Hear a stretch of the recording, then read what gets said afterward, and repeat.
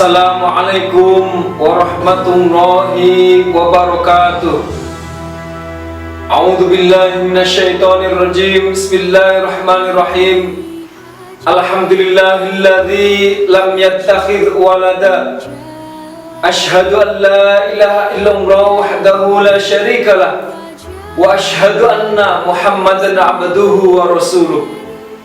Allahumma salli ala sayyidina Muhammad wa ala ali sayyidina Muhammad. Ayyuhal hadirun ibadallah, ittaqullah haqqa tuqatih wa la tamutunna illa wa antum muslimun. Al-ayah sadaqallahul azim. Para pendengar dimanapun Anda berada, ibadah haji adalah ibadah yang wajib hukumnya untuk dilaksanakan oleh muslimin dan muslimat, tentunya bagi yang diberikan kemampuan man istata'a ilaihi sabila untuk melaksanakannya. Dalam syariat Islam, perkara yang harus kita segerakan yaitu melaksanakan ibadah haji. Mengapa kita harus segera untuk melaksanakan ibadah haji? Rasulullah SAW bersabda, "Man atallahu malan," barang siapa yang diberikan harta oleh Allah Subhanahu wa Ta'ala, diberikan kemampuan untuk melaksanakan ibadah haji, tetapi ia tidak melaksanakan ibadah haji, maka kalau seandainya ia meninggal dunia dalam keadaan belum melaksanakan ibadah haji, maka pilih meninggal dunia dalam keadaan Nasrani ataupun Yahudi. Allah Subhanahu wa Ta'ala berfirman, "A'udzu billahi minasyaitonir rajim. Bismillahirrahmanirrahim. Wa adzim fin nasi bil hajj ya'tuka rijalan wa ala kulli dhamiri ya'tina min kulli fajjin 'amiq." Sadaqallahul azim. Setelah Ibrahim dan Ismail selesai membangun Ka'bah, yang pada waktu itu Ka'bah rusak karena pada zaman Nabi Nuh alaihissalam yaitu terjadi banjir, maka ketika itu Allah Subhanahu wa Ta'ala memerintahkan kepada Ibrahim alaihissalam untuk melaksanakan ibadah haji. Perintah itu tertera di dalam Al-Quran surat Al-Hajj. Ibrahim, adzin fin nasi bil hajj, serulah kepada seluruh umat manusia bil hajj untuk melaksanakan ibadah haji. Ya'tuka rijalan, niscaya ia akan datang dengan berjalan kaki, wa ala kulli dhamirin, dan ia akan datang dengan menaiki unta-unta yang kurus. Ya'tina min kulli fajjin 'amiq, niscaya ia akan datang dari segala penjuru pelosok dunia. Setelah Ibrahim alaihissalam mendapat perintah itu, Ibrahim pun bertanya dalam hatinya, "Ya Allah, apakah saya bisa menyeru kepada seluruh umat manusia bila haji untuk melaksanakan ibadah haji? Padahal kalau saya menyeru, berteriak dengan keras, maka suara saya akan sampai hanya beberapa ratus meter saja." Kemudian di dalam tafsir Ibnu Katsir, Allah pun menjawab, "Ibrahim, serulah kepada umat manusia untuk melaksanakan ibadah haji, maka saya yang akan menyampaikannya." Ketika itu Ibrahim alaihissalam segera menaiki Jabal Qubais, Gunung Qubais, yang sekarang Gunung Qubais yaitu dibongkar karena perluasan Masjidil Haram. Setelah Ibrahim berada di atas Jabal Qubais, maka Ibrahim pun menyeru kepada seluruh umat manusia untuk melaksanakan ibadah haji. "Ya ayyuhan nas, wahai seluruh umat manusia, innallaha faradal hajja, sesungguhnya Allah Subhanahu wa Ta'ala telah mewajibkan kepada seluruh umat manusia untuk melaksanakan ibadah haji. Fahajju, fahajju, fahajju. Maka datanglah, berhajilah, berhajilah. Sesungguhnya Allah Maha Kaya dan Maha Bijaksana. Di dalam tafsir Ibnu Katsir, ketika Ibrahim alaihissalam menyeru kepada seluruh umat manusia untuk melaksanakan ibadah haji, maka gunung-gunung yang menjulang tinggi sejenak menjadi rata.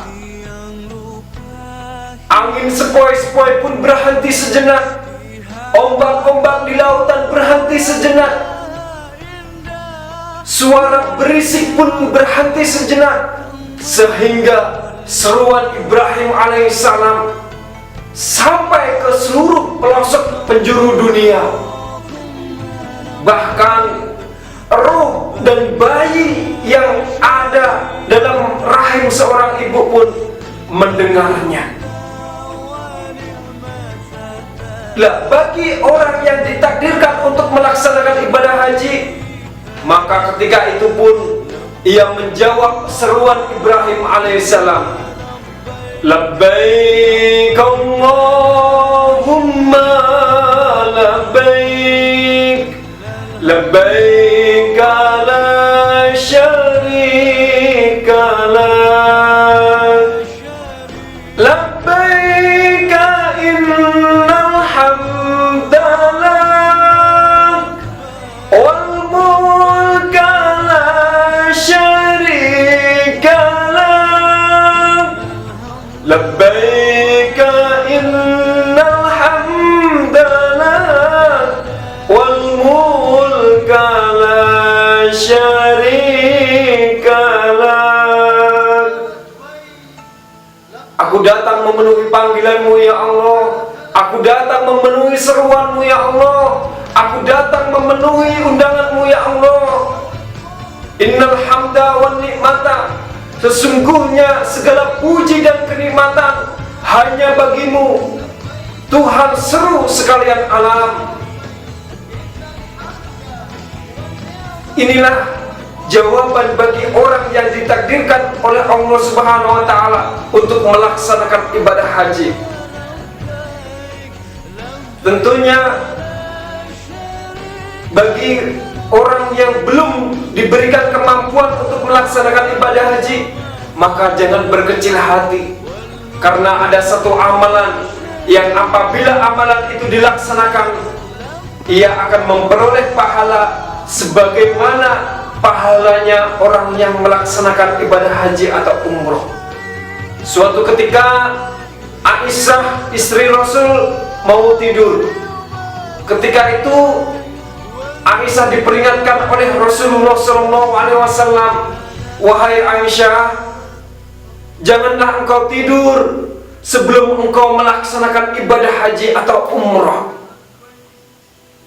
Ketika itu Aisyah merasa bingung, Aisyah gelisah, Aisyah merasa risau hatinya, karena bagaimana ia bisa tidur kalau seandainya sebelum tidur ia harus melaksanakan ibadah haji atau umroh.